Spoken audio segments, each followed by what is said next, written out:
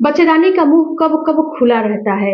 Hello family, आपका हमारे channel में बहुत बहुत स्वागत है। फ्रेंड्स, बच्चेदानी का मुंह कैसा होता है, बच्चेदानी का मुंह कब खुलता है। बहुत लोगों का ये क्वेरी है कि क्या पीरियड के टाइम पे हमने रिलेशन मेंटेन किया तो हमारी प्रेगनेंसी हो जाएगी।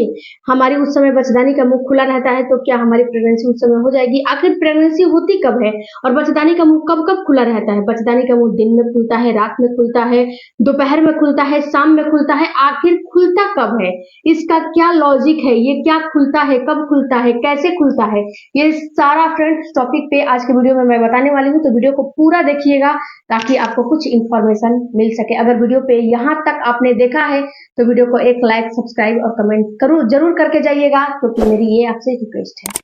सबसे पहले फ्रेंड्स बात करते हैं कि जब आपका पीरियड आता है, जिस दिन आपका पीरियड आता है उस दिन आपका बच्चेदानी का मुंह खुल जाता है। महीने में जब आपका पीरियड आता है वो उस दिन, उस टाइम पे, उस दिन पे आपके बच्चेदानी का मुंह खुल जाता है। और ये बच्चेदानी का मुंह इसीलिए खुलता है ताकि आपके अंदर से जो भी एंडोमेट्रियम की दीवार है या अंडा बना था, जो फूटा नहीं था, जो कि आपका बच्चे का रूप नहीं लिया था, वो अंडा फूट के और आपके पीरियड के यानी कि ब्लड के रूप में बाहर निकलता है। कुछ टिश्यूज होते हैं, कुछ अंदर की जो आपकी क्लीनिंग होती है, अंदर की जो गंदगी होती है वो क्लीन करके सारा चीज ये पीरियड के रूप में बाहर निकालता है। फ्रेंड्स, ये जब महिला, जब एक लड़की 13, 14, 15 साल की होती है तभी से ये कार्यक्रम एक लेडीज में शुरू हो जाते हैं। तो फ्रेंड्स, यहाँ पे मैं आपको बताऊं कि पीरियड के जब आप पीरियड आपके आते हैं तो उस समय आपके बच्चेदानी का मुंह खुला रहता है। बिल्कुल, ये बात बिल्कुल क्लियर है। जब खुलेगा तो ही तो आपके अंदर से पूरा डीप क्लीनिंग होगी, जब नहीं खुलेगा तो डीप क्लीनिंग कहाँ से होगी। तो जब खुलता है तो ही डीप क्लीनिंग होती है। तो यहाँ पे एक बात आपको समझनी है फ्रेंड्स कि जब आपके बच्चेदानी का मुंह खुलता है तो कुछ सिम्टम्स भी दिखाई देते हैं आपको। ऐसे नहीं है कि बच्चेदानी का मुंह ऐसे ही खुल जाता है। पीरियड से पहले आपका जब बच्चेदानी का मुंह खुलता है तो आपने नोटिस किया होगा कि आपकी डिस्चार्ज जो है बढ़ जाती है। बिल्कुल गाढ़ा गाढ़ा, मिल्की सा, व्हाइट सा, क्रीमी टेक्सचर वाला डिस्चार्ज आपको आने लगते हैं। ये चीज आपने नोटिस किया होगा। आपने ये भी नोटिस किया होगा कि जब पीरियड आने वाले होते हैं थकान महसूस होने लगती है, पैरों में क्रैम्पिंग महसूस होने लगती है, पेट में दर्द महसूस होने लगते हैं, जो कि प्रेगनेंसी के लक्षण से बिल्कुल अलग होते हैं, हटके होते हैं। प्रेगनेंसी के लक्षण के जैसे बिल्कुल ये नहीं होते हैं। इसके साथ साथ फ्रेंड्स, यहाँ पे जब पीरियड आते हैं तो आपके बच्चेदानी का मुंह खुला होता है। इसके बाद जो पीरियड का फ्लो खत्म हो जाता है, पीरियड खत्म हो जाते हैं, तो 4 से 5 या फिर 6 दिन में ये बच्चेदानी का मुंह बिल्कुल ऑटोमेटिक अपने आप क्लोज हो जाता है, क्योंकि ये सारा सिम्टम्स, ये सारा चीज बिल्कुल नेचुरली होता है। आप इसमें कुछ नहीं कर सकते और आपका इसमें कुछ हाथ नहीं होता है और आपका इसमें कुछ रोल नहीं होता है। उसके बाद फ्रेंड्स, दूसरी दफा तब खुलता है जब आपका ओवुलेशन होने वाला होता है। यही एग्जैक्ट डेट है आपको प्रेग्नेंट होने का। जब आपका ओवुलेशन का मतलब यही होता है कि आपकी ओवरी से एक अंडा रिलीज होता है और ये अंडा आपके फ्लिपियन ट्यूब में आपके मेल के सेल्स का इंतजार करता है। ओवुलेशन इसी को कहते हैं।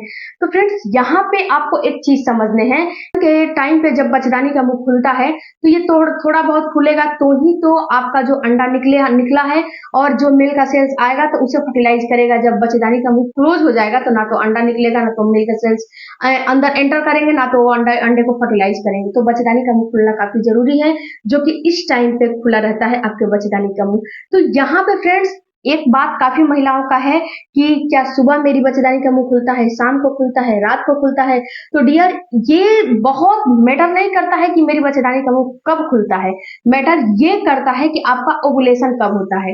देखो, आपके जब आपका ओवुलेशन होता है उससे 4 से 5 घंटे बच्चेदानी का मुंह खुल जाएगा। मैं नॉर्मल साइकिल की बात करूं कि 28 दिन की जिसकी पीरियड की साइकिल होती है उसको पीरियड के डेट से 14वें दिन ओवुलेशन होता है। तो आपको जैसे कि 14वें दिन ओवुलेशन होगा तो 14वें दिन, जिस दिन अगर पीरियड आपका सुबह में आया, शाम में आया, रात में आया, जिस टाइम पे आपका पीरियड आया उस टाइम पे आपके 14वें दिन पूरा होगा, उसके बाद आपके बच्चेदानी का मुंह खुल जाएगा। क्योंकि उस समय आपका ओवुलेशन होने वाला है, उससे 4 से 5 घंटे पहले ही। अगर रात को आपका ओवुलेशन होने वाला है तो रात को ही जैसे कि रात को 12 बजे ओवुलेशन होने वाला है तो उसको 10 बजे 9 बजे आपके बच्चेदानी का मुंह खुल जाएगा। अगर आपको दिन में ओवुलेशन होने वाला है तो आपको 4 से 5 घंटे पहले बच्चेदानी का मुंह खुल जाता है तो ही आपको ओवुलेशन होता है, तो ही आप ओवुलेट करते हो, वरना आप ओवुलेट नहीं करते हो, आपके ओवुलेशन नहीं होती है। जब बच्चेदानी का मुंह खुलता है तो ही ओवुलेशन होता है और यही एग्जैक्ट टाइम और एग्जैक्ट डेट होता है आपको प्रेग्नेंट होने का। अगर इस समय आप ट्राई करते हो, इस समय कॉन्टेक्ट में रहते हो तो 100% आपको प्रेगनेंसी होती है। फ्रेंड्स, कितनी महिलाओं का ये भी क्वेरी है कि मेरा जो है मैं पीरियड में अगर रिलेशन मेंटेन करूं, पीरियड में अगर आप रिलेशन मेंटेन करते हो तो इससे होगा कुछ नहीं। इससे अगर आपकी पीरियड की साइकिल शॉर्ट है, यानी कि 24 दिन की है, 22 दिन की है, तो शॉर्ट साइकिल आपकी पीरियड की है तो आपको शॉर्ट में ओवुलेशन होगा और शॉर्ट में ओवुलेशन होगा तो शॉर्ट में अंडा निकल के शॉर्ट में फर्टिलाइजेशन हो सकता है। तो हो सकता है कि उस समय आपने कॉन्टेक्ट रखा है तो हो सकता है कि आपके मेल का सेल्स वहां पे मौजूद हो तो आपके अंडे को फर्टिलाइज कर ले।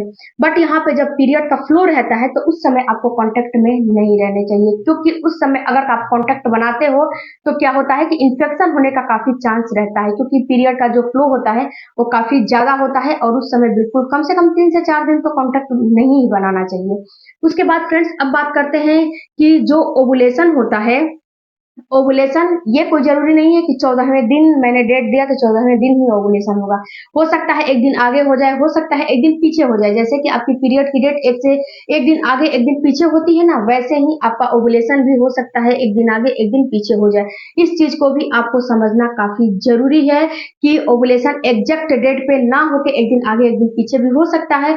तो आप अपने कोशिश करें कि अपने पीरियड के जो डेट है उससे 10 दिन के बाद से ही रिलेशन मेंटेन करना शुरू कर दे, वो भी अल्टरनेट डेज पे। डेली डेली रिलेशन मेंटेन करने से कोई फायदा कोई बेनिफिट होने वाला नहीं है आपको। उससे क्या होगा कि उससे आप भी थक जाओगे और आपका पार्टनर भी थक जाएगा। तो डेली का डेली आपको रिलेशन मेंटेन ही नहीं करने चाहिए। ये भी क्या करता है ना कि जो आपके पार्टनर है उसके क्वालिटी क्वांटिटी को बिल्कुल कम कर देता है, उसकी वीर्य को बिल्कुल पतला कर देता है, उसके सेल्स को बिल्कुल पतला कर देता है, जिससे कि आपको प्रेग्नेंट होने में भी काफी दिक्कत होती है। तो डेली का डेली मास्टरबेशन करना, डेली का डेली कांटेक्ट में रहना, ये बहुत जो है बहुत जरूरी नहीं है। आप 1 से 2 दिन बाद भी कांटेक्ट में रहिए, लेकिन हैप्पी होके रहिए। अगर हैप्पी होके रहोगे, पॉजिटिव होके रहोगे तो ये आपको बेनिफिट देगा। अगर वहीं पे बर्डन लेके, बोझ लेके, स्ट्रेस लेके, टेंशन तनाव लेके करोगे तो इससे कोई फायदा कोई बेनिफिट नहीं होने वाला है। उसके बाद फ्रेंड्स अब जानते हैं कि जो बच्चेदानी का मुंह है, ये बच्चेदानी का मुंह कितने दिनों तक खुला रहता है ओवुलेशन के बाद। तो फ्रेंड्स ओवुलेशन के बाद आपके बच्चेदानी का मुंह कम से कम 4 से 5 दिनों तक खुला रहता है। जब ओवुलेशन होता है ना, उस दिन से लेके 4 से 5 दिनों तक आपके बच्चेदानी का मुंह खुला रहता है, क्योंकि ये भी देखता है कि कब तक आपका पार्टनर का सेल्स आएगा और उसे फर्टिलाइज करेगा। जो पार्टनर का सेल्स अगर उसे नहीं मिलता है तो 4 से 5 दिन के बाद जब अंडा फूट जाता है तो ये भी जो है बच्चेदानी का मुंह एक से 2 दिन के बाद ऑटोमेटिक क्लोज हो जाता है। अंडे की सेल्फ लाइफ केवल 24 घंटे होती है और आपके पार्टनर की जो मेल की सेल्फ लाइफ होती है, उसके स्पर्म की सेल्फ लाइफ होती है, वो 4 से 5 दिन तक रहती है। इसीलिए बताया जाता है कि अल्टरनेट डेज पे भी आप कांटेक्ट में रहते हो तो ये भी आपको बेनिफिट देगा। ये आपको बिल्कुल नुकसान नहीं करेगा, बेनिफिट ही देगा। तो आप अल्टरनेट डेज पे रिलेशन मेंटेन करने की कोशिश करें और जब आपके मन की जिज्ञासा हो ना, उस समय तो आपको बिल्कुल ही कांटेक्ट में रहना चाहिए, क्योंकि वो बिल्कुल आपका हार्मोन आपको उत्तेजित करता है। आप खुद उत्तेजित नहीं होते, हार्मोन आपको इस चीज के लिए उत्तेजित करता है कि नहीं, ये काम आपको करना है। इससे बेनिफिट ये होगा कि जो मेल के सेल्स से जो आपके पार्टनर से सेल्स आएंगे वो भी बिल्कुल उसकी मोटिलिटी क्वालिटी क्वांटिटी बिल्कुल हेल्दी रहेगी, बिल्कुल हैवी रहेगी, जिससे कि आपके अंडे को तुरंत का तुरंत फर्टिलाइज कर लेगा। तीसरी दफा आपके जब फ्रेंड से आपके बच्चेदानी का मुंह खुलता है जब आपकी डिलीवरी होने वाली रहती है। यहाँ पे जब ओवुलेशन हो जाता है, अगर बाई चांस आपका अंडा फर्टिलाइज हो जाता है, बच्चे का रूप ले लेता है, तो यहाँ पे बच्चेदानी का मुंह बिल्कुल क्लोज हो जाता है, ताकि आपको बाहर का जो भी बैक्टीरिया वगैरह है वो अंदर एंटर ना कर पाए, आपके जो शिशु है उसको नुकसान ना कर पाए, आपको रिपीटेड इन्फेक्शन ना हो पाए। इसीलिए बिल्कुल क्लोज हो जाता है और आपको 9 मंथ में बिल्कुल जब डिलीवरी होने वाली रहती है तब ये खुलता है। अगर बीच में रिपीटेड इन्फेक्शन हो गया या फिर भारी भरकम सामान उठा लिया तो ये धीरे से क्या होता है कि थोड़ा बहुत खुल जाता है, जिससे कि आपको ब्लीडिंग होने लगती है, आपको और भी समस्याएं होने लगती है, तो डॉक्टर आपको स्टेचेस वगैरह लगाते हैं। तो ये तो अलग ही कंडीशन है, ये अलग सिस्टम है। तो आपको तीसरी दफा आपको खुलेगा आपकी डिलीवरी के समय। तो अगर आपका अंडा फर्टिलाइज नहीं हुआ है तो फिर अगले महीने आपके बच्चेदानी का मुंह खुलेगा। अगर अंडा फर्टिलाइज हो गया है तो तीसरी दफा डिलीवरी के वक्त खुलेगा। तो महीने में फ्रेंड्स 2 ही बार आपके बच्चेदानी का मुंह खुलता है और ओवुलेशन के टाइम पे बिल्कुल आपको अलर्ट रहना है, अपने ओवुलेशन को समझना है, उसी समय कांटेक्ट रखना है, उसी समय हर काम करना है जिससे कि आपका अंडा तुरंत का तुरंत फर्टिलाइज हो जाए। आई होप फ्रेंड्स कि इस वीडियो से आपको कुछ नॉलेज मिला होगा। तो चैनल को जरूर सब्सक्राइब कीजिए। कोई भी क्वेरी होगा तो चैनल पर